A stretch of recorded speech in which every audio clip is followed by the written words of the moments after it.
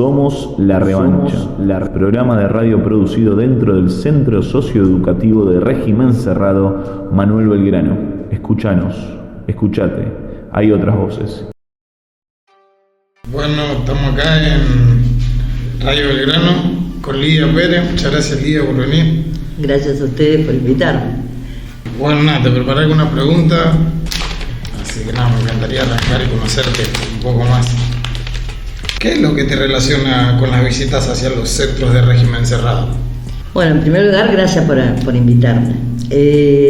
Mi propia historia me relaciona, porque yo soy una persona que pasó por el encierro en un ámbito de una cárcel de máxima seguridad, como era en ese momento la Unidad 4, actual Complejo Penitenciario Federal número 4, y a partir de una resistencia, digamos, o una lucha que iniciamos ahí, nos prometimos un grupo de compañeras de que no podíamos olvidar todo lo que nos había pasado ahí adentro, y contarle a la sociedad la realidad de una cárcel. A partir de ese momento intentábamos formar una agrupación que se llamaba Rompiendo Muros, las 5 locas que adentro, digo locas porque nos llamaban locas, el servicio penitenciario nos decía las locas, 5 personas que lo único que queríamos, 5 mujeres que decíamos, nosotros queremos estudiar, ya que vamos a estar acá, queremos estudiar.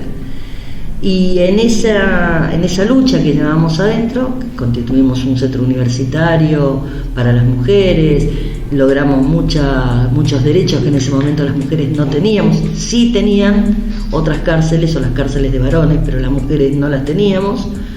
Es que decidimos no olvidarnos de que habíamos pasado por ese momento, y a partir de ese no olvidarte y recordar siempre de dónde venís, es que cuando salí lo primero que hice fui a Devoto, y a partir de ahí, bueno, era decir cómo ayudamos a nuestros compañeros y compañeras, que son todas las personas privadas de la libertad, algunas ni nos conocemos, y una forma que nosotros habíamos descubierto y que hasta el día de hoy sigue estando, es que para modificar la cárcel tenés que ir a la cárcel. Así como los políticos dicen, hay que modificar el territorio, y para ir a los territorios, para modificarlo, tenés que conocer qué pasa. Y bueno, nosotros para modificar las cosas mal, más allá de que la cárcel es todo mal, tenemos que estar en la cárcel. Y por eso continuamente trato de ir a visitar a los compañeros y compañeras y ver qué pasa, qué necesitan, cómo puedo acompañar, cómo puedo generar nuevos proyectos. ¿Cómo fue tu experiencia privada de libertad? Mira, fue, creo que como la de todos, o todas, o todes, eso lo uso en todes. Yo venía de una familia clase mediera, que la cárcel la veía como cualquier ciudadano o ciudadana que nunca en la vida pasó cerca de una cárcel, ¿no?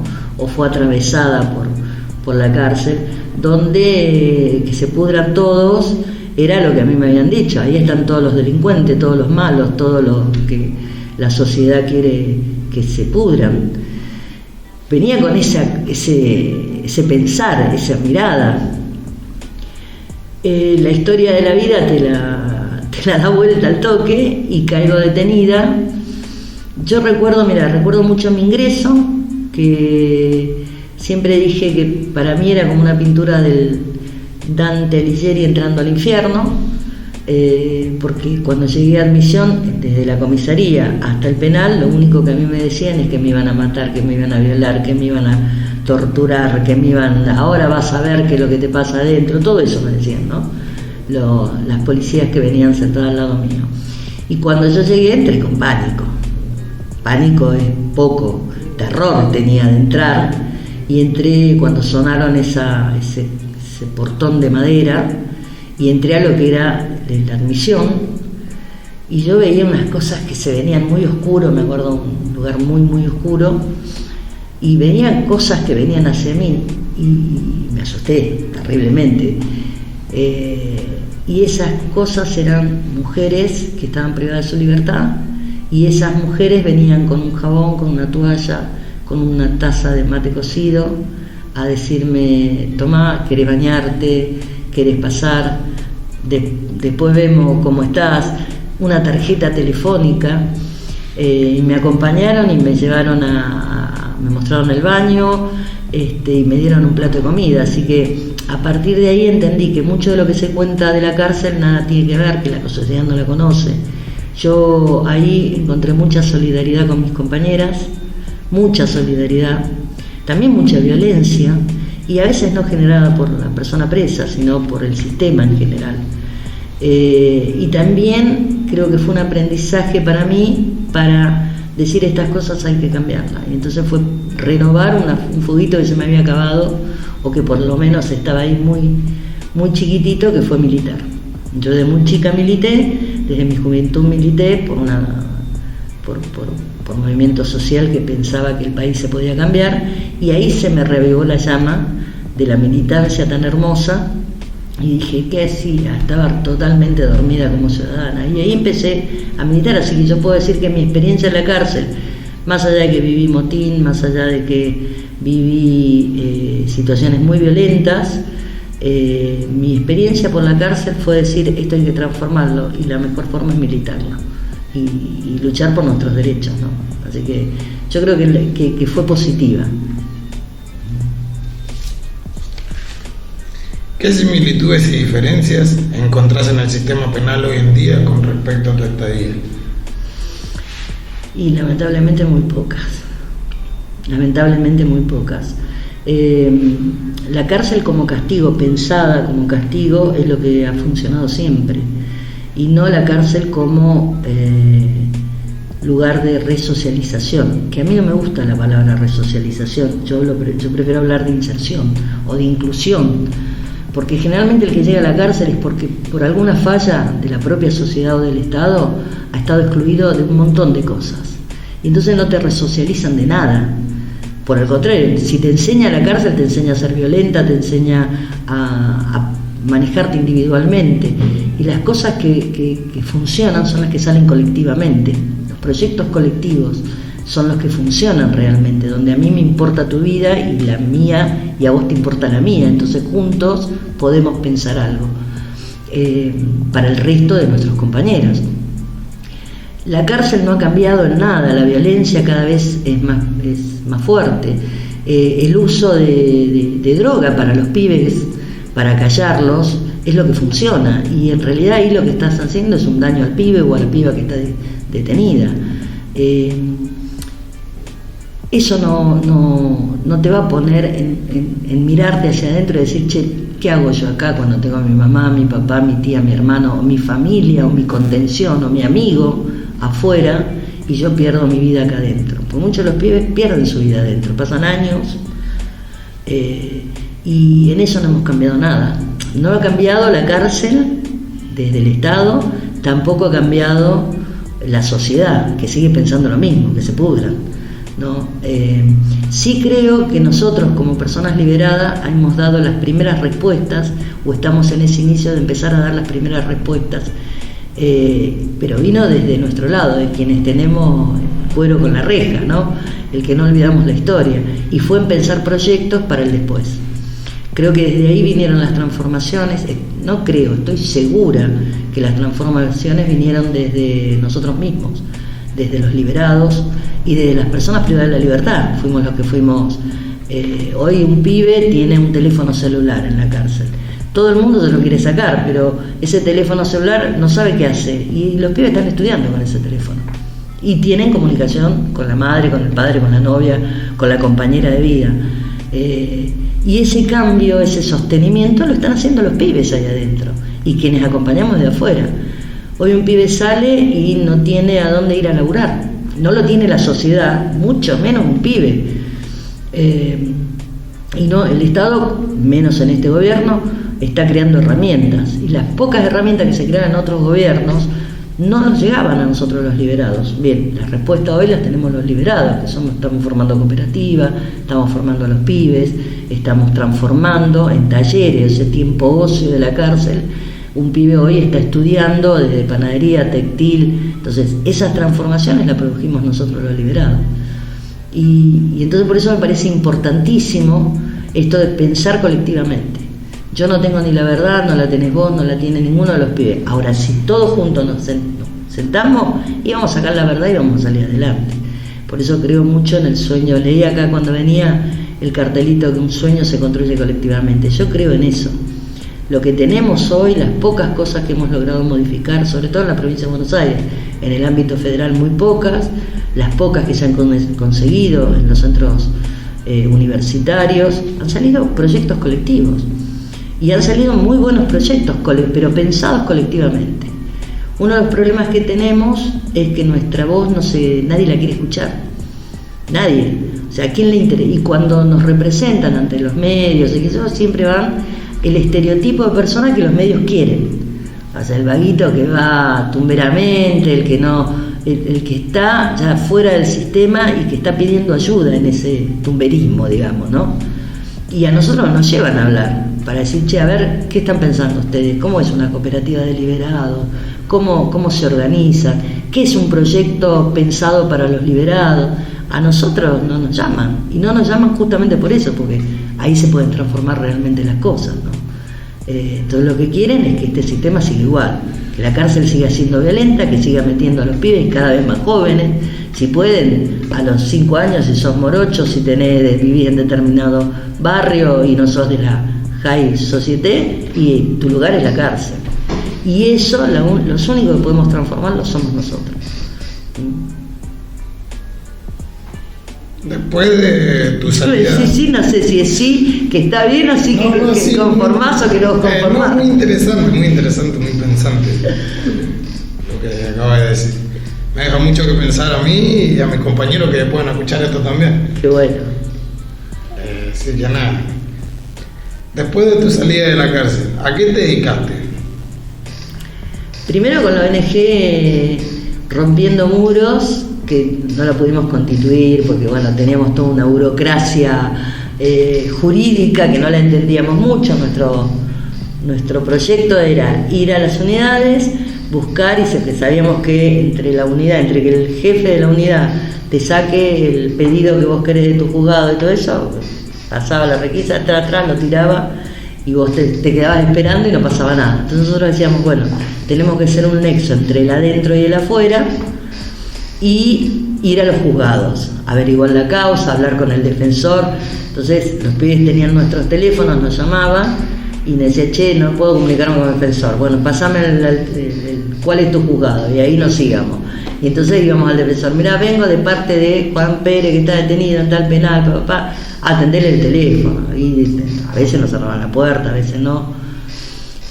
Yo tuve la suerte que conocí adentro, y que fue mi juez aparte, una persona maravillosa, que fue de Sergio Delgado, que era mi juez de ejecución, que él sabía de todo este proyecto y todo, y me dijo, bueno, acá tiene un teléfono, venga a mi despacho, organícese y vaya para adelante, ¿no?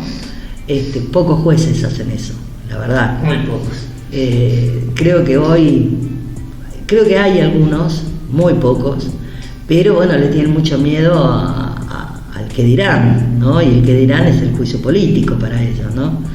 Pero bueno, yo tuve la suerte esa, y entonces Sergio, y también adentro había conocido a dos personas para mí que me apoyaron muchísimo. Una es Juan Pablo Parchuk, no sé si, creo que en algún momento lo deben haber entrevistado, de escritura en la cárcel. En ese momento era el profesor de filosofía de la UBA.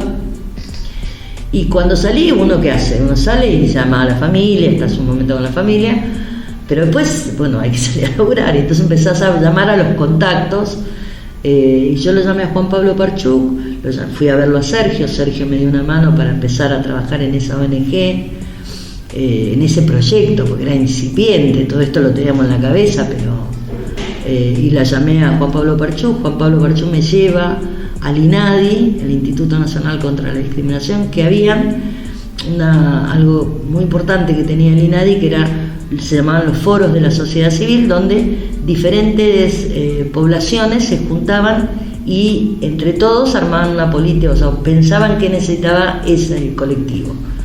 Discapacidad, pensaba en las rampas de la ciudad, por ejemplo, ¿no? Entonces había un representante del Estado que tomaba la petición, y esa petición se elevaba en una política pública, que era importantísimo, por eso también lo cerraron al INADI, ¿no? Entonces, por ejemplo, de esa forma, las rampas que uno ve en las esquinas de la Ciudad Autónoma de Buenos Aires salieron de esos foros del INADI, ¿no? Y se hizo toda una campaña y todo. Bueno, yo fui a un foro donde se hablaba de los derechos de las personas privadas de la libertad. O sea, hablaban compañeros, una compañera que había estado detenida, y cómo nosotros pensábamos modificar. Y entonces empecé a participar diciendo, mirá, nosotros queremos hacer esto, fuimos como un incipiente ONG, y ahí me empecé a involucrar y ya fui a hablar con derechos humanos, fui a hablar y en un momento me postulé para trabajar en el INADI.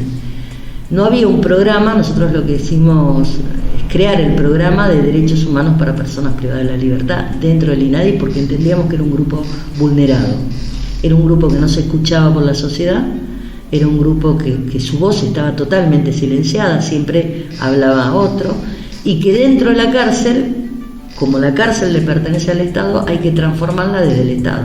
Y entonces nosotros ahí empezamos a hacer las visitas periódicas y a transformar desde adentro la cárcel, ¿no? Y la verdad que eso, más las ganas que tenía de militar, más las ganas de seguir en contacto con los compañeros y las compañeras, creo que hicimos un gran trabajo en estos. Yo trabajé 17 años en el INADI y transformamos un montón de cosas, ¿no? Y eso me relacionó con otros organismos de derechos humanos. Fuimos a foros internacionales donde pudimos debatir qué estaba pasando, qué pasaba en la cárcel. Te hablo de una cárcel donde el submarino seco era algo común, donde el recibimiento a los pibes que caían en Devoto, los penitenciarios se formaban de un lado y los cagaban a palo. Vengo desde ese lado. Y después sostener toda transformación tiene que venir con educación y con trabajo. Y entonces fomentar las aperturas de centros universitarios dentro de las unidades, incrementar la matrícula, la ley de educación en contexto de encierro. Bueno, todos esos fueron procesos que fui trabajando yo con otros profesionales, entendiendo la cárcel y sabiendo qué pasa en la cárcel. Y uno lo sabe porque primero había estado, después me tocó estar del otro lado, y del otro lado tenía la herramienta para transformarla, que era el INADI. Tuviste de los dos lados. Exacto. ¿Cómo ves el país hoy? ¿Lo ves parecido o notas que está volviendo a ser lo mismo del 2001? Con todo lo que está pasando. Yo creo que día a día cada vez nos aproximamos más al 2001. El hambre hoy es terrible. Yo creo que el gobierno actual tiene una mirada muy diferente, muy diversa de la situación que se está pasando en el pueblo. Y hablo del pueblo porque yo recorro, voy a las unidades, pero también hablo con los familiares, voy a las barriadas, y en las barriadas hay hambre, hay mucho hambre.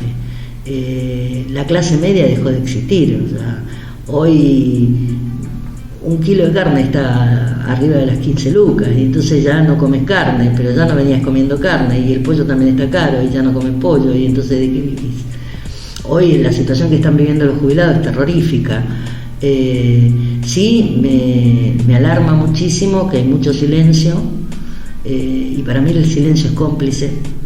O sea, yo vengo de un lado donde creo que las conducciones que están en los territorios y que se dicen nacionales y populares no pueden quedarse calladas, cuando a cualquiera de los últimos de la fila le suena la panza por hambre. Entonces yo creo en eso. Creo que estamos cada vez peor, día a día. O sea, yo creo que ahora, hora a hora, y no veo para nada un cambio estructural, ¿no? O sea, estamos yendo a pedirle plata al Fondo Monetario Internacional para consolidar una deuda que ya la que consolidó Macri la paga mi nieta y mi bisnieta, y ahora vamos a consolidar otra deuda más. Entonces cada vez hay más pobreza, y tenemos dirigencia que dice que le suena mal que un pibe duerma en la calle. Y sí, flaco, no tienen para pagar un alquiler. Hoy alquilar, yo soy una persona que alquila. Yo tuve la suerte que se lo alquiló una compañera, pero quien tiene que ir a una inmobiliaria y no te alcanza. Entonces eso trae problemas de más violencia, se ha incrementado nuevamente, como en el 2001, la tasa de suicidio. Y remontar todo eso va a costar muchísimo, y si cada vez lo dejamos avanzar más, pues cada vez vienen por todos los derechos. Las reformas que vienen haciendo, yo milito, ahora se metieron con el ReproCam, yo milito por el cannabis, yo no consumo, no fumo, no porreo, pero yo entiendo que hay personas que les cura el cáncer. Y entonces se creó el ReproCam, salió el ReproCam, ahora van por eso para revisarlo, lo mismo con las jubilaciones, o sea, es fácil, lo dijo Néstor, es fácil agarrarse con los viejos, ¿viste? Pero ellos siguen cobrando millones, y no hablemos de lo que pasó ayer, ¿no?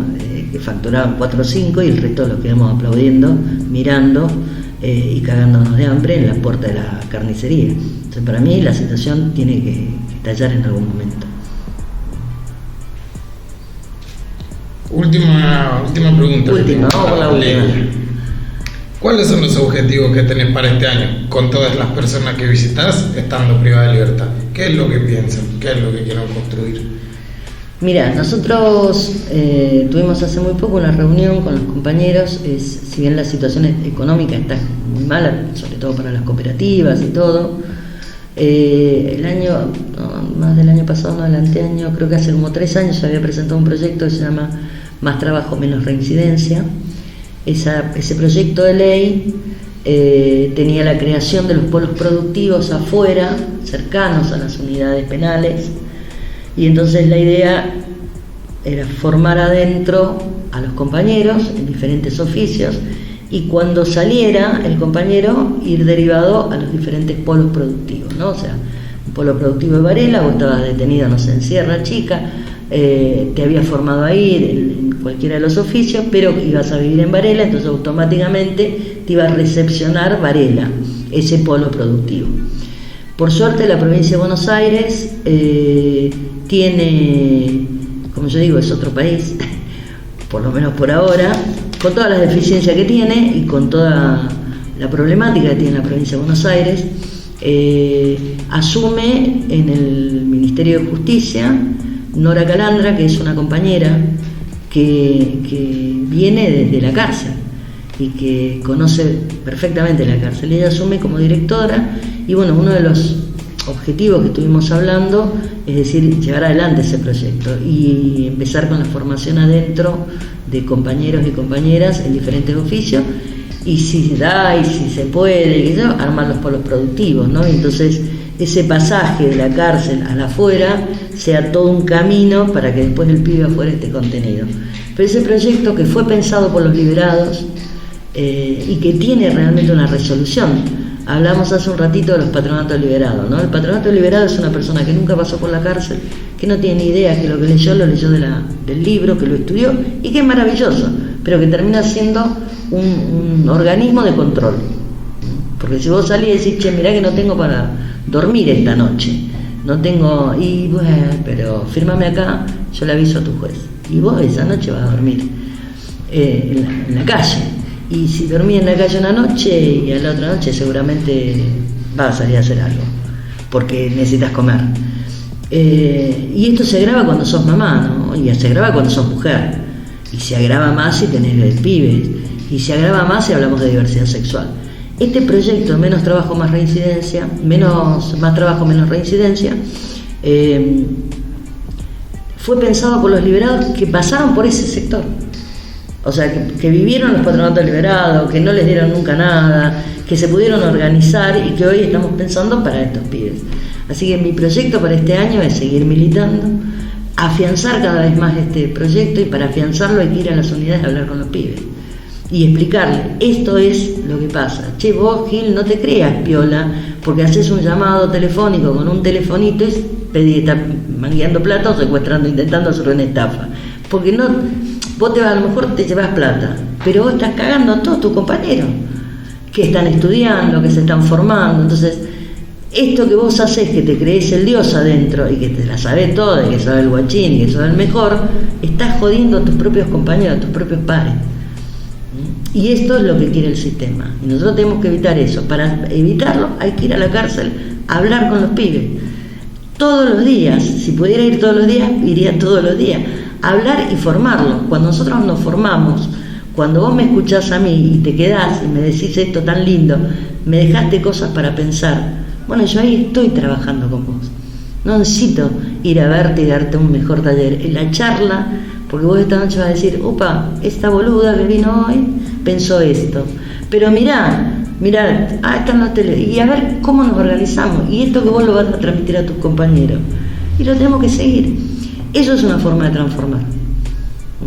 No viene una mujer que vino con su título universitario, se sentó acá, está divina, está bárbara, y te cuenta la cárcel de lo que ella piensa que es. Viene una compañera tuya a hablarte de lo que es estar en cana, la que cuando le cerraron la reja sabe el ruido que hace, que es el que vos sentís esta noche. Sabe lo que es una requisa, sabe lo que es un traslado, porque lo tengo acá. Entonces, esas transformaciones nosotros las tenemos que hacer con los pibes adentro. Cuando logremos eso, habremos cumplido la mitad de un sueño, porque los sueños son muy grandes.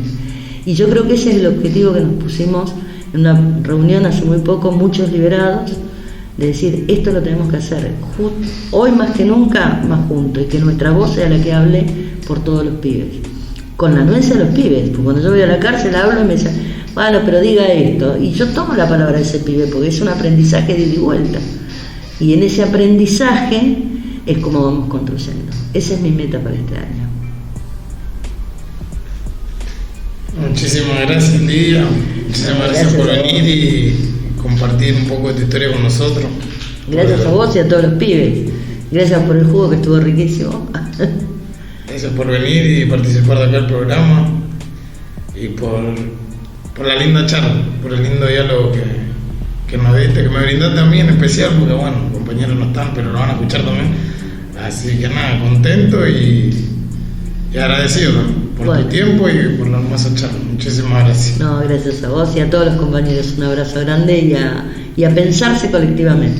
La frase del día sea esa: pensémonos colectivamente. De esa forma nos vamos a ir transformando. Lidia Pérez con nosotros.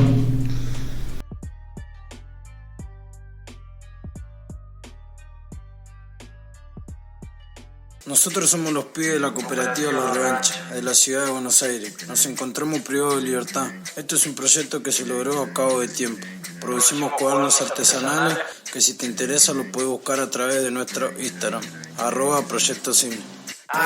@Proyecto Cisne. Los pibes de la cooperativa de La Revancha.